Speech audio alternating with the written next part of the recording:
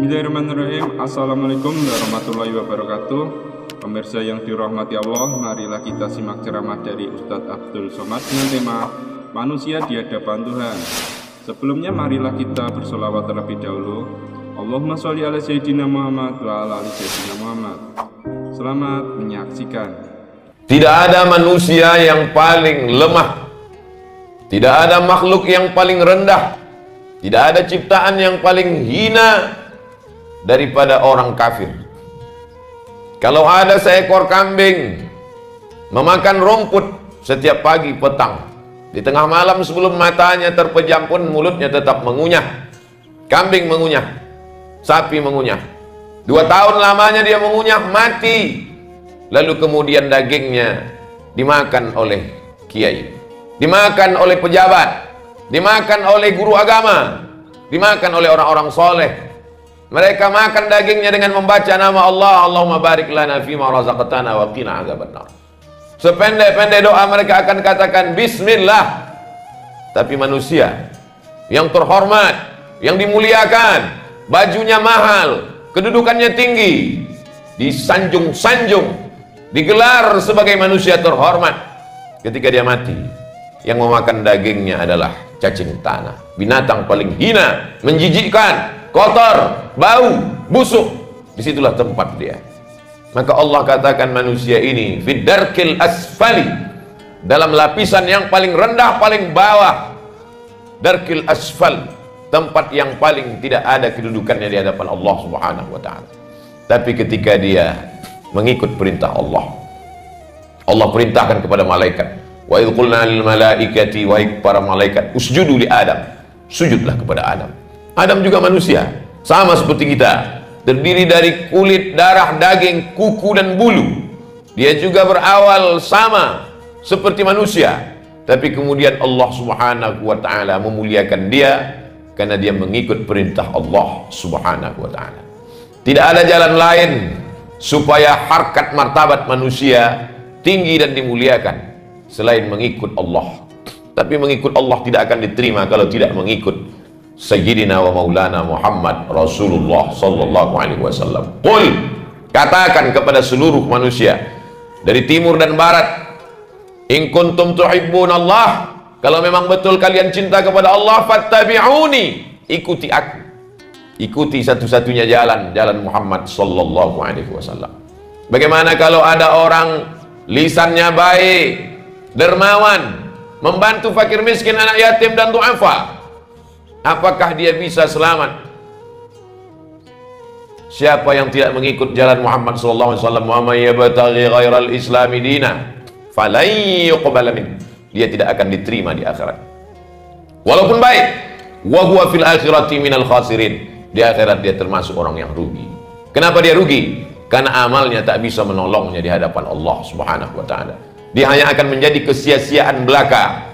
Tidak cukup hanya sekedar percaya kepada Allah, tapi lebih daripada itu, mengikut siapa yang dikirim oleh Allah untuk semesta alam.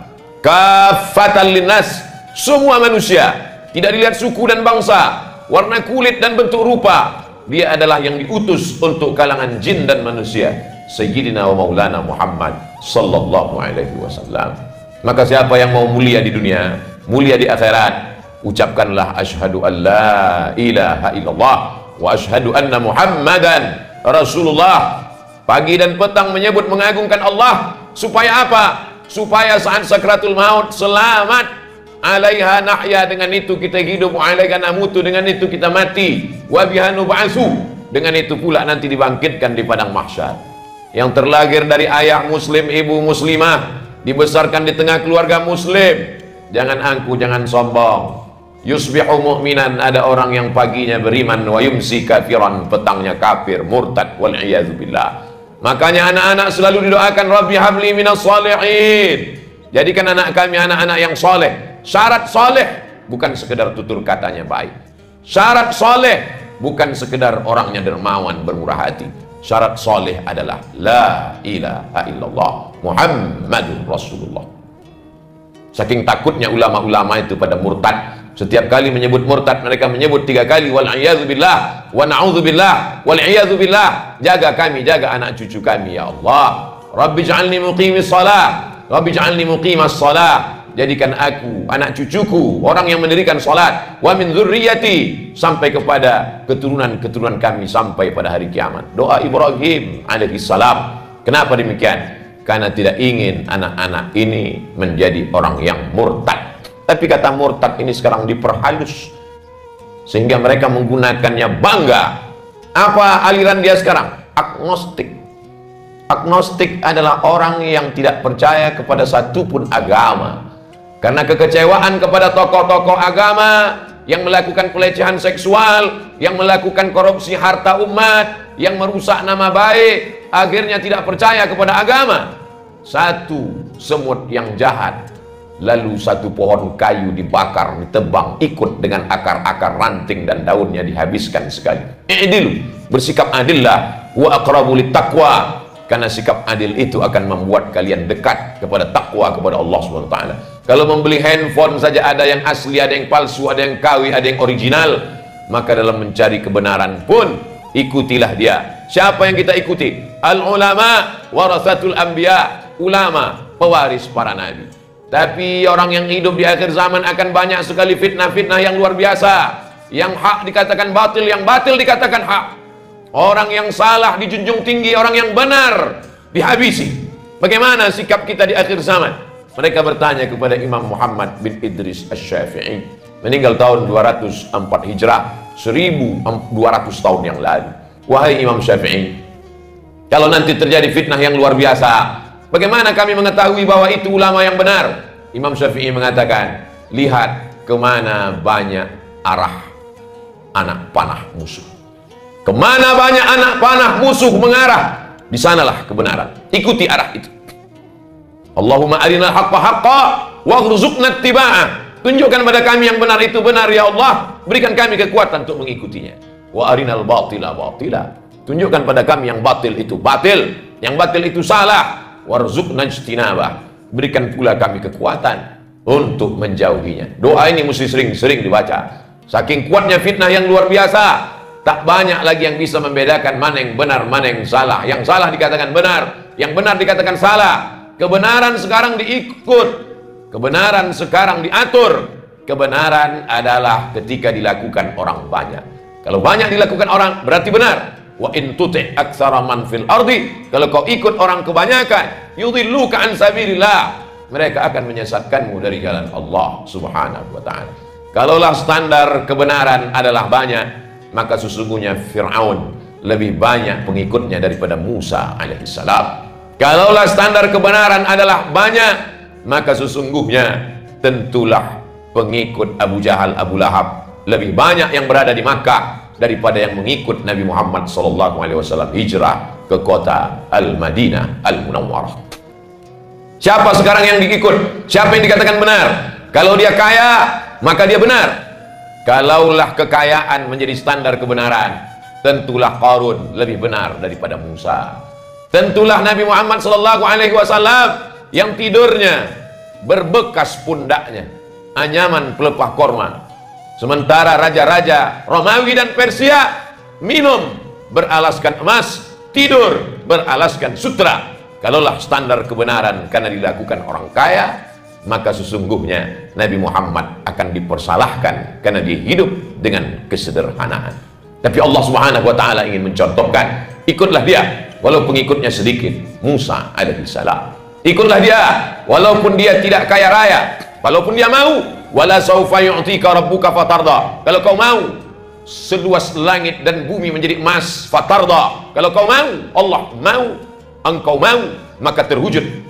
Tapi Allah ingin memperlihatkan nabinya yang penuh dengan kesederhanaan, Sayyidina wa Maulana Muhammad sallallahu alaihi wasallam. Standar kebenaran bukan karena dilakukan orang banyak. Standar kebenaran bukan karena diikuti, dialu-alukan orang banyak. Standar kebenaran bukan karena dilakukan orang yang punya jabatan tinggi, kekuasaan dan harta benda. Standar kebenaran adalah benar kata Allah, benar kata Muhammad Sayyidina wa Maulana wa syafi'ina wa qurrati ayunina Muhammad sallallahu alaihi wasallam.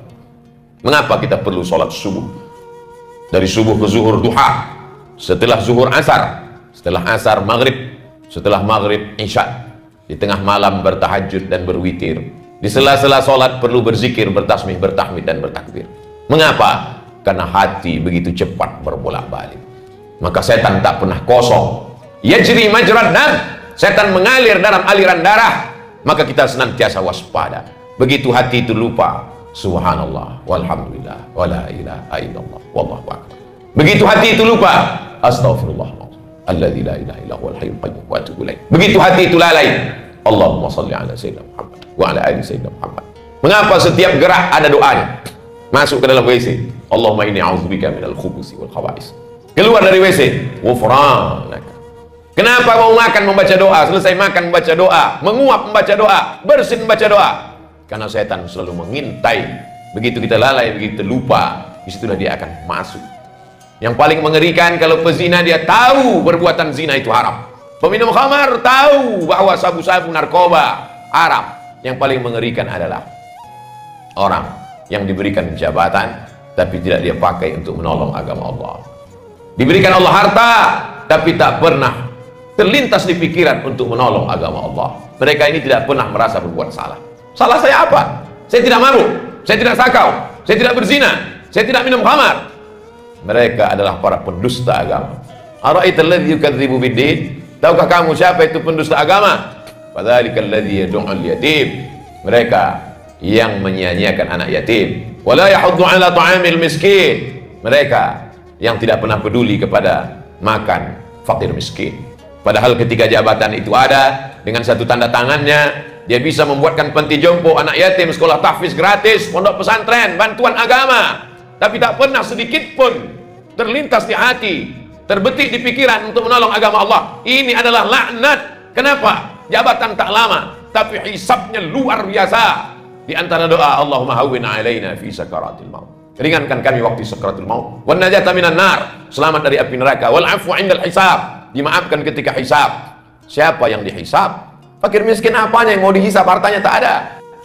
Rakyat jelata apanya yang mau dihisab? Tak pernah punya jabatan. Siapa yang lama hisabnya? Orang kaya. Siapa yang lama hisabnya? Orang yang punya jabatan. Tapi jangan gara-gara ini lalu umat Islam meninggalkan politik, meninggalkan tanah, meninggalkan ruko, meninggalkan bisnis. Nanti umat Islam menjadi lemah. Al-mu'minul qawiyyu, mukmin yang kuat, khairun, mereka lebih baik, wa ahabbu ilallah, lebih dicintai Allah minal mu'minil dhaif, daripada mukmin yang lemah. Orang Islam mesti bersaing. Orang Islam mesti semangat. Karena dengan kekuasaan dia bisa membebaskan Palestina. Umar bin Khattab dengan kekuasaan dia menolong Baitul Maqdis, Salahuddin Al-Ayyubi. Umar bin Khattab sudah menunjukkan kekuasaannya. Salahuddin sudah.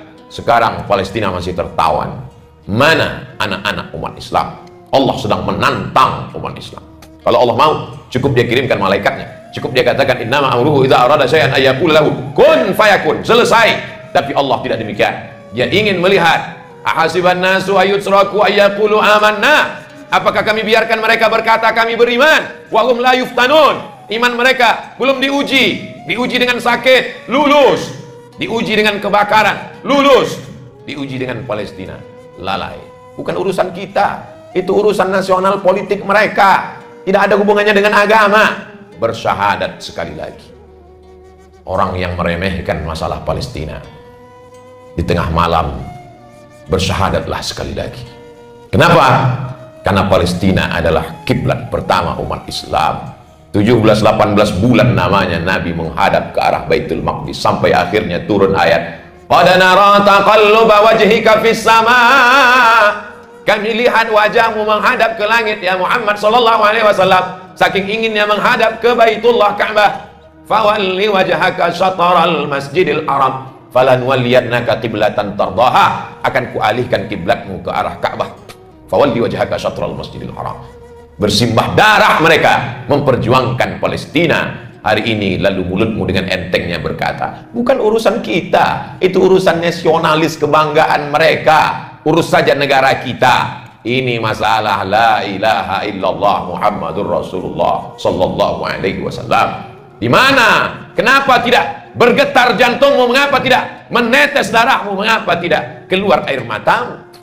Laisa minna, tidak golongan kami. Man lam yahtam bi amril muslimin, siapa yang tak peduli kepada masalah umat Islam, faulaisa minhum, maka dia tidak diakui sebagai umat Muhammad sallallahu alaihi wasallam. Ujian kita bukan sekedar sakit, ujian kita bukan sekedar miskin, ujian kita bukan sekedar rugi. Ujian adalah sebesar apa kita pakai kekuasaan yang dititipkan Allah di ujung jari, sebesar apa kita pakai harta yang dititipkan Allah, karena semua akan diminta pertanggungjawaban di hadapan Allah. Kalau hanya sekedar berkuasa tapi tidak dipakai menolong agama Allah, Fir'aun lebih berkuasa. Kalau sekedar berharta tapi tidak dipakai menolong agama Allah, Qarun lebih berharta. Tapi semuanya hanya tinggal menjadi sejarah kelam, sejarah gelap.